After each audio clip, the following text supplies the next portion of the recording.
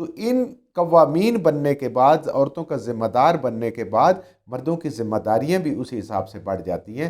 پھر اگر وہ ان ذمہ داریوں سے پیچھے ہوں گے تو پھر وہ قوامین کا حق ادا نہیں کریں گے، اور قیامت والے دن انہیں اس بات کا جواب دینا پڑے گا۔ تو مرد عورتوں کے ذمہ دار ہیں، علی نساء، ان عورتوں کے اوپر، بما فضل اللہ بعضهم علی بعض، یہ اللہ کا فضل ہے، یہ اللہ کی فضیلت ہے جو بعض میں سے بعض کو دے دیتا ہے۔ جیسے دنیا میں مال، دولت، عقل، علم، یہ ساری مختلف لوگوں کو فضیلتیں ملتی ہیں، تو یہ بھی فضیلت اللہ نے ایک مرد کو دے دی ہے جو اللہ بعض کو بعض پہ دیتا ہے۔ یہ اللہ کے فیصلے ہیں، اور ایک مسلمان کی حیثیت سے، خواہ وہ مرد ہو یا عورت ہو، اللہ کے فیصلوں پہ اس نے اپنا سر تسلیم خم کرنا ہے۔ یہی بندگی ہے، یہی مسلمان ہے، یہی ایمان کی نشانی ہے۔ بس اللہ نے کہہ دیا، اب اس میں سے کوئی توجیہ ڈھونڈنے کے لیے کسی اور تعویلوں میں جانے کی کوئی ضرورت نہیں۔ بس اللہ نے کہہ دیا یہ ذمہ داری مرد کو دے، مرد اگر نبھائیں گے تو آخرت میں کامیاب ہو جائیں گے، اگر نہیں نبھائیں گے تو آخرت میں اللہ کی پکڑ ہوگی، عورت کی اس پہ پوچھ نہیں ہوگی۔ وَبِمَا أَنفِقُوا مِنْ أَمْوَالِهِمْ، سب سے پہلی بات کہ مردوں کو یہ جو ذمہ داری دی گئی ہے، عورت اپنی گھر کی چار دیواری میں رہے، مرد کے ذمے ہے اس کا نان اور نفقہ، وہ اپنا مال خرچ کرے۔ یعنی شادی بیاہ میں بھی یہ ہماری رسومات ذرا مختلف ہو گئی ہیں، وہ یہ مرد کے ذمے ہے شادی کے سارے اخراجات، مہر ادا کرنا، اس کے بعد پھر گھر میں اس کو نان، نفقہ، جو اس کی ضروریات ہیں وہ ساری کی ساری چار دیواری کے اندر پوری کرنا، یہ مرد کی ذمہ داری ہے۔ دیکھیں عورت اس سے بڑی ذمہ ہو گئی نا۔ قوامین کا جو پہلا حکم اللہ کہہ رہا ہے یہ بوجہ اس کے کہ وہ مال خرچ کرتے ہیں۔ مال خرچ کرنا مرد کی ذمہ داری ہے۔ مرد نے اپنے عیال کا، اپنے جتنے بھی اس کے ساتھ لوگ ہیں، ان عیال کا خیال کرنا ہے۔ فالصالحات، اور اب خوشبخت عورتیں وہ ہیں، نیک عورتیں وہ ہیں، صالح عورتیں وہ ہیں، قانتاتن، جو اس حکم کے، اللہ کے حکم کی فرما برداری کرتی ہیں، اور جس کو قوام بنایا، جو گھر کا مرد ہے، سربراہ ہے، ذمہ دار ہے، وہ اس کی بھی فرما بردار ہوتی ہیں، اور جو فیصلے ہوتے ہیں وہ اس کے ساتھ کھڑی ہوتی ہیں۔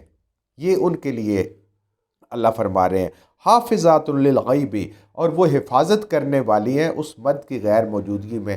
مال گھر میں موجود ہے، عزت و آبرو ہے، جب میاں بیوی ہوتے ہیں تو ان کی عزت ایک ہو جاتی ہے۔ جب وہ اس کی عزت کی حفاظت کرتی ہیں، اس کے مال کی حفاظت کرتی ہیں، اس کے بچوں کی نگہداشت کرتے ہیں، ان کی تربیت کرتی ہیں، تو یہ سارے ہیں نیک عورتوں کی نشانیاں کہ وہ اپنی مرد کی فرما بردار ہیں، وہ اللہ کے حکموں کی فرما بردار ہیں، اور وہ اس کے مال کی، اس کے جان کی، اس کی آبرو کی، اس کی ساری چیزوں کا تحفظ کرنے والی ہیں۔ بما حافظ اللہ، اور وہ اللہ کی خاطر، اللہ کے حکم کے مطابق ان کی حفاظت کرتی ہیں، جان، مال اور آبرو کی، اس کی خبرگیری رکھتی ہیں، اس کی خبرداری رکھتے ہیں۔ واللاتی تخافون نشوزہن، اور جن عورتوں سے تمہیں خوف ہو، نشوزہن، کہ وہ سرکشی کریں گی، وہ اللہ کے اس حکم کی تعمیل نہیں کریں گی اس مطابق، فاجروہن، تو ان کو چھوڑ دو۔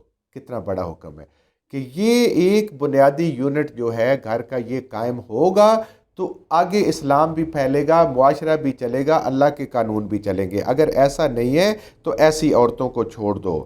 فی المضاجع، ان سے اپنی خوابگاہوں کو الگ کر دو، ان کے بستر کو الگ کر دو۔ وَاضْرِبُوهُنَّ، دیکھیں اللہ تعالیٰ کتنا سخت حکم دے رہے ہیں کہ اس صورت میں آپ ان کو کچھ نہ کچھ سزا بھی دے سکتے ہیں، لیکن منہ پہ مارنے سے اللہ کے نبی صلی اللہ علیہ وآلہ وسلم نے بڑی سختی سے منع کیا ہے، اور اس کی بھی ایک حد ہے۔ یہ نہیں ہے کہ جانوروں کی طرح، وحشیوں کی طرح، ایک حد تک ایک سزا ہے کہ شاید حالات ٹھیک ہو جائیں، کیونکہ اللہ تعالیٰ میاں اور بیوی کی جدائی کے اللہ تعالیٰ کے یہاں سب سے ناپسندیدہ کام ہے۔ فَإِنْ أَطَعْنَاكُمْ، تو پس اگر وہ تمہارا کہا مان جائیں، فَلَا تَبْتَغُوا عَلَيْهِنَّ سَبِيلًا، تو پھر ان کو تکلیف پہنچانے کی کوئی راستہ نہ ڈھونڈو۔ اگر موافقت ہو جاتی ہے ان سے، بستر الگ کرنے سے، ان کے اوپر کچھ سختی کرنے سے، تو پھر دوبارہ زندگی میں ان کو یہ تانا نہیں دینا کہ تم تو ایسے کرتی تھی، تو نے وہ کیا، تو نے فلاں کیا۔ اللہ تعالیٰ مرد کو سختی سے منع کر رہے ہیں، فلا تبتغوا، پس ہرگز نہ ڈھونڈنا، علیہن، ان عورتوں کے اوپر، سبیلا، کوئی بہانہ، کسی طریقے سے ان کو تانے دینا یا ان کو تنگ کرنا یا ان پہ کوئی ایسی ناجائز پابندیاں لگانا، ان پرانی باتوں سے نہیں۔ جب مان لیا، پچھلی باتیں ختم ہوگی۔ جب اللہ کی ذات معاف فرماتی ہے تو انسان کی کیا مجال ہے۔ ان اللہ کان علی کبیرہ، بے شک اللہ کی ذات علی بہت بلند ہے اور وہ بہت بڑی ذات ہے۔ جب وہ ذات خود بلند ہے، جب وہ ذات خود بڑی ہے تو اس کے حکم بھی ایسے ہی بڑے ہیں، ایسے ہی حکمت والے ہیں۔ ہاں اگر ہمیں سمجھ نہیں آتی تو یہ اور بات ہے، اگر ہمیں سمجھ نہیں آ رہی تو یہ ہماری عقل کی، ہماری علم کی کمی ہے۔ اللہ کا حکم سمجھ کے جب ہم مانیں گے تو پھر اس میں خیر و برکتیں بھی آئیں گی، اور پھر ہمارے گھروں میں بھی سکون آئے گا، ہمارے دلوں میں بھی سکون آئے گا، ہم سکون سے عبادت بھی کر سکیں گے، ہم سکون سے اپنے معاملات باقی بھی ٹھیک کر سکیں گے اور دین کی بھی خدمت کر سکیں گے۔ جو کچھ ہم نے صحیح صحیح پڑھا اللہ ہمارے ذہنوں میں، دلوں میں بٹھا دے، جہاں جہاں پڑھتے ہوئے بولتے ہیں ہم سے غلطیاں ہوئی اللہ میں معاف فرما دے، اور ان غلط باتوں کو ہمارے ذہنوں سے، دلوں سے اللہ کی ذات نکال دے۔